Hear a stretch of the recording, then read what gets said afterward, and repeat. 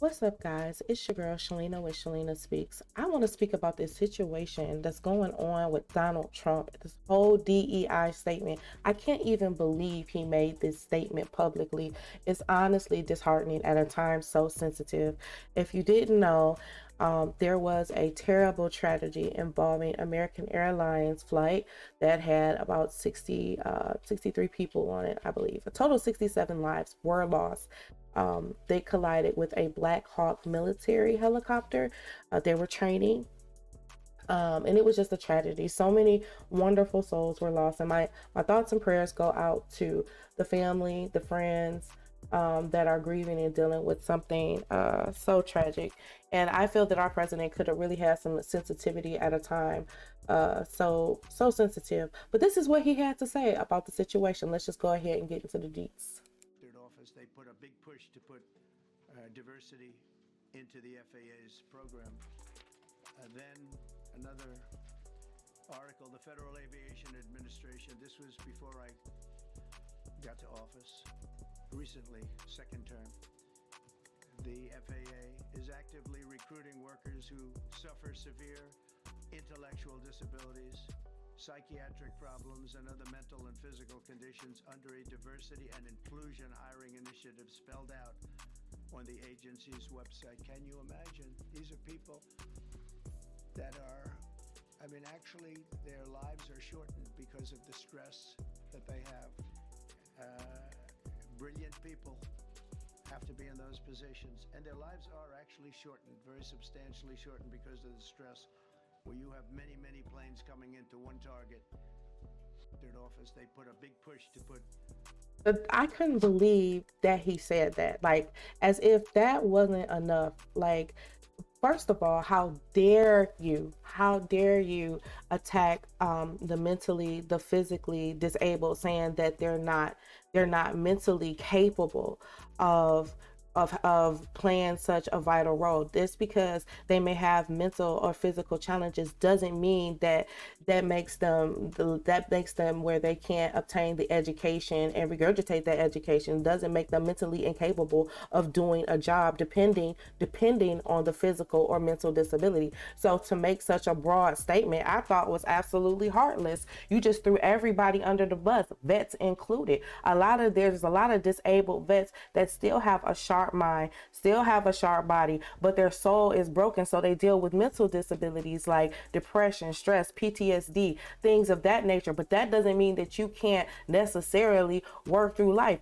You know what I'm saying? There's therapy, there's medicine, there's having a support system in place, there's letting the job know different situations, and they can set it up in such a way where that can happen. So to sit there and throw, such a broad group under the bus, I thought was absolutely insensitive. And for him to respond the way he did to this reporter is scary to me. So let's just go ahead and get into it. DEI and the claims that you've made, are you saying this crash was somehow caused and the result of diversity hiring? And what evidence have you seen to support these claims? It just could have been. We have a high standard. We've had much higher standard than anybody else. And there are things where you have to go by brain power, you have to go by psychological quality, and psychological quality is a very important element of it. These are various very powerful tests that we put to use, and they were terminated by Biden, and Biden went by a standard that's the exact opposite. So we don't know, but we do know that you had two planes at the same level. You had a helicopter and a plane. That shouldn't have happened. And we'll see. We're going to look into that. We're going to see. But certainly for an air traffic controller, we want the brightest, the smartest, the sharpest. We want somebody that's psychologically superior. And that's what we're going to have. Yeah. So for him to say that is just, again, insensitive. So he just said could be. So there's not even a definite. But like, I don't know if you have ever dealt with reporting or know the process of what happens when a plane crash happens. There's something called a black box that needs to be retrieved that has data and information, and maybe even the pilot's last words, what on that box that would tell them what happened. So you would have one on the airplane and you would have one on that helicopter. Especially being the military, I'm pretty sure they have some pretty significant technology on that plane, I mean on that helicopter, and I'm going to get into that in a minute. So for him to say that so loosely is crazy. Then you have to figure out who was flying the plane. You know, this was a training on the Black Hawk military helicopter thing. So they were training. And then you have the American Airlines pilot who was actually flying the plane.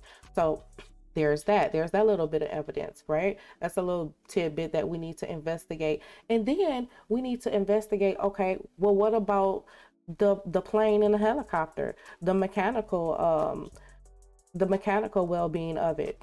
There has to be some type of mechanical evaluation on both of those things before we can make any type of judgments to say what happened. Now, let's get into rumor and speculation on what's going on around here.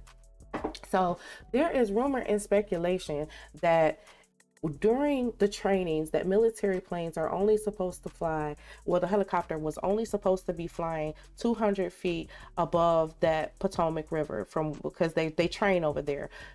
But they were at 350 feet is what they're saying on TikTok. If you go on TikTok, they saying a lot of different stuff over there. So they said it was flying at 350 feet, which would have put them in the direct line of that aircraft trying to land. Now, why would that happen?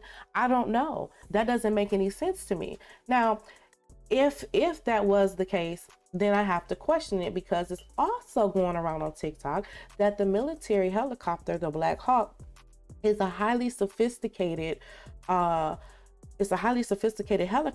that can be remotely controlled. So this accident should have never happened off the strength of that, especially if the trainees were on board. So it would seem like that remote control access, that person, somebody should have been there helping them along the way and guiding them during this training.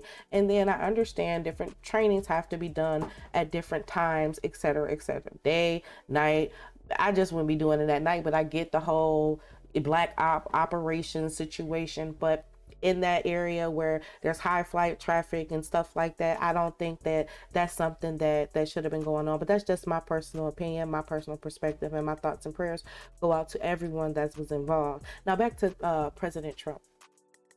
The DEI thing, I cannot believe he said it. Let me know what you are thinking about what he said down in the comment below. Do you agree with him? Do you think he jumped the gun? I don't agree with him at all. I feel like mentally disabled people and physically disabled people are more than capable of doing things, and there's different types of mental and physical disabilities, right? And so that means that you can work through different things with different resources and stuff like that. There's even free resources out there, but that's a whole nother situation. And then to come down so hard on the mentally and physically disabled when there's absolutely no resources for these people to help them become better people, better than they already are, is absolutely ludicrous.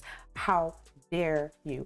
That's just how I'm feeling, y'all. Let me know how you are feeling down in the comments below. If you like this video, go ahead and give it a thumbs up. If you really like this video, go ahead and watch another video. And if you really mess with it, y'all, go ahead and share it with a friend. But until next time, take care of yourself and others. Peace.